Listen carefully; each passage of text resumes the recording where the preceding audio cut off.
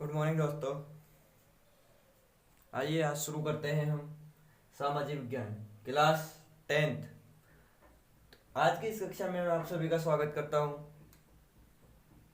तो आइए हम जानते हैं सामाजिक और विज्ञान होता क्या है। यानी हमें पता होना चाहिए जिस सब्जेक्ट को हम पढ़ रहे हैं उसका मतलब क्या होता है। सामाजिक का मतलब होता क्या है, आपको इसका उद्देश्य पता होना चाहिए कि आपको क्यों पढ़ाया जा रहा है। तो हम इसको पढ़ने का उद्देश्य यह है कि जो हमारा समाज है, जो हमारी विविधताएं हैं, जो हमारा एक इसके प्रति जागरूकता है, तो हमें क्या लाना है, लोगों में जागरूकता लाना है। तो हमें क्यों पढ़ाई जाती है ये, कि हम इस देश के बारे में, इसकी भौगोलिक एरिया के बारे में इसको जान सके, पहचान सके और अपने अपने कर्तव्य के प्रति अपना जो कर्तव्य है उसको निर्वहन कर सके। यह होता है इसका उद्देश्य पढ़ाने का। सामाजिक का मतलब होता क्या है? सामाजिक का मतलब होता है कि जो समाज में, सामाजिक यानी समाज से जो जोड़ता है, जो एक व्यक्ति को समाज से जोड़ने का काम करता है, वो होता है सामाजिक विज्ञान। मतलब उसकी टेक्नोलॉजी और उसके आधार पर जो जोड़कर कार्य करता है। जैसे एग्जांपल लेते हैं हम, जैसे हम करते हैं इंटरनेट। जैसे मैं पढ़ा रहा हूँ आपको क्या, ऑनलाइन यूट्यूब हो गया। ये क्या है, जिसमें टेक्नोलॉजी का यूज किया जाए, जिसमें डाटा का यूज किया जाए, जो एक किसी समाज को क्या दे, एक उद्देश्य दे। तो वो क्या करेगा, एक वो क्या कहलाएगा, सामाजिक विज्ञान कहलाएगा। वो क्या कहलाएगा, विज्ञान कहलाएगा। फिर हम देखते हैं, ये तो हो गया सामाजिक का मतलब, हमने पढ़ा है इसका। सामाजिक विज्ञान किसे कहते हैं?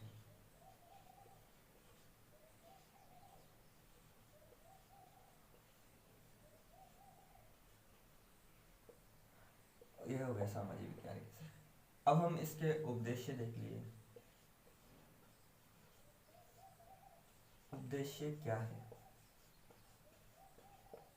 तो आपका इसको पढ़ने का क्या उद्देश्य है, मैं आपको क्यों पढ़ा रहा हूं, आप इसे क्यों पढ़ रहे हो, तो ये क्या पता होना चाहिए अपने, उद्देश्य पता होना चाहिए। उद्देश्य जैसे मैंने बताया कि सबसे पहले हमारे देश हमारे देश विदेश, हमारे देश में क्या चल रहा है,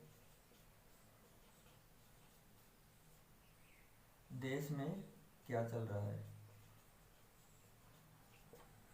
जागरूकता,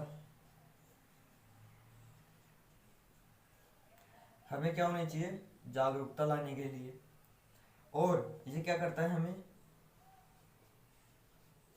समाज से जोड़ता है। यानी ये हमें क्या करता है, समाज से जोड़ता है।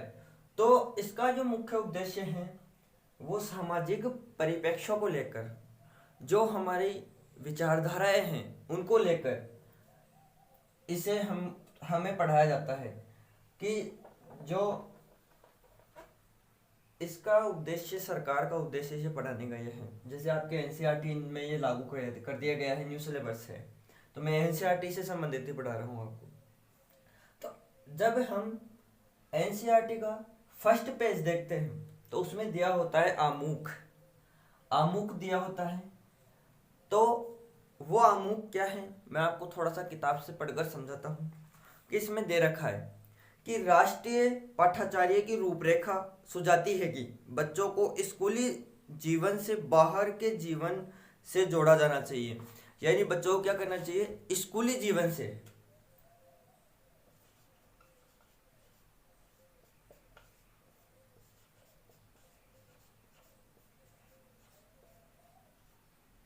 स्कूली जीवन के साथ साथ उसे क्या क्या करना चाहिए,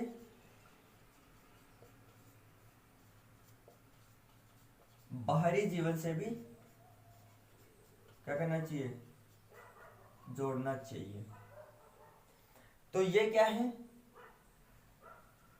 कि एनसीईआरटी जो बुक लिखी है जिन्होंने, उसमें ये दे रखा है कि जो बच्चों को क्या करना चाहिए, स्कूली जीवन से हटकर बाहर के जीवन को भी उन्हें उसे जोड़ना चाहिए, और बच्चों को क्या बताना चाहिए कि हमारे समाज में, हमारे देश में, हमारे जो जगह जगह जो चल रहे हैं जो विविधताएं, उनसे रूबरू करवाना चाहिए। फिर आगे दे रखा है, यह सिद्धांत किताबी ज्ञान से उस विरासत के विपरीत है जिसके प्रभाववश हमारी व्यवस्था आज तक स्कूल और घर के बीच अंतराल बनाए हुए हैं। यानी बच्चों को इस हिसाब से पढ़ाना चाहिए कि जीवन, उनके जीवन से जोड़ना, उनके घर से जोड़ के बच्चों को स्कूली शिक्षा दी जानी चाहिए। ये कहाँ है, मैं खुद से नहीं बता रहा हूँ, ये कहाँ लिखा हुआ है, एनसीईआरटी की जो इसका जो पहला पेज है उसी में ये लिखा हुआ है आमुख में, कि बच्चों को स्कूली जीवन से बाहर निकालकर उसे बाहरी जीवन भी से भी जोड़ना चाहिए, और जो ये शिक्षा है उनमें ये पाठ्य पुस्तकें जो किताबी ज्ञान से हटकर भी बच्चों को क्या करना चाहिए, घर और निजी जीवन से जोड़ना चाहिए, उनके जीवन से जोड़कर पढ़ाना चाहिए। फिर आगे ये कहते हैं कि नई राष्ट्रीय पाठ्यचर्या पर आधारित पाठ्यक्रम और पाठ्य पुस्तकें इस बुनियादी विचार पर अमल करने का प्रयास है कि इस प्रयास के हर विषय को एक मजबूत दीवार से घेर देने और जानकारी को रटा देने की प्रवृत्ति का विरोध शामिल है। यानी किसी भी जानकारी रटाने, यानी मैं आपको ये पढ़ा दूँ डायरेक्ट आते ही कि हाँ बच्चों पढ़ो, जैसे इसमें फर्स्ट चैप्टर है राजनीति विज्ञान का लोकतंत्र। अब लोकतंत्र में क्या है, कैसे है, कि वो कैसे काम करेगा, ये नहीं पढ़ाया कि लोकतंत्र किसे कहते हैं, ये डायरेक्ट पढ़ा दूँ तो वो क्या करता है कि आपको ये रटाने की प्रवृत्ति का क्या करती है, ये विरोध करती है। जो भी बच्चों को क्या करना चाहिए, रटाने की प्रवृत्ति को त्यागना पड़ेगा। हम जब तक हम इस प्रक्रिया को नहीं त्यागेंगे, रटाने की में बिलीव करेंगे, तो क्या होगा कि बच्चे का जो दिमाग होता है, जैसे आप ही का दिमाग होता है, वो क्या करेगा, इसको ग्रैप्स नहीं कर पाएगा, ऐसे ग्रहण नहीं कर पाएगा।